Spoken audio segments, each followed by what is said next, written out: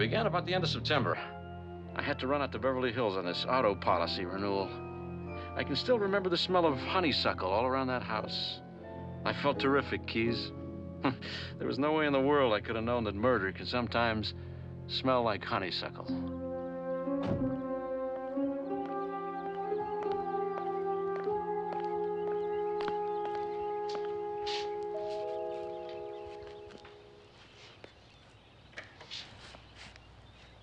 Well, good afternoon. Is Mr. Dietrichson in? I'm Mrs. Dietrichson. Can I help you? I'm Walter Neff with Pacific Casualty. It's about some renewals on your husband's automobiles. Oh, well, he's not here. Is there anything I can do?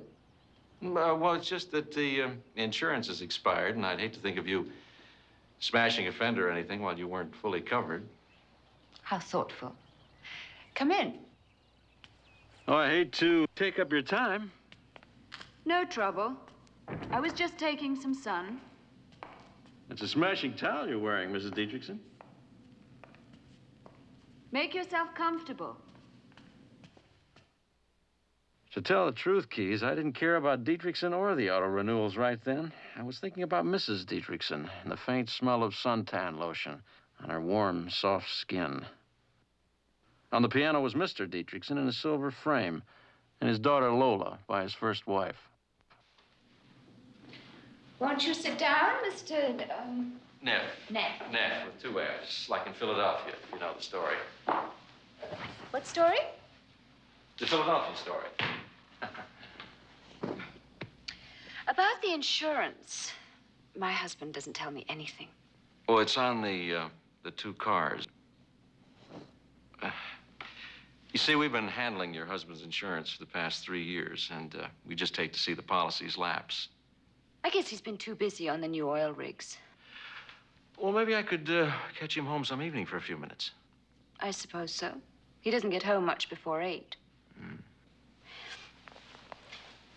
Tell me, do you handle automobile insurance or all kinds? No, all kinds, right down the line.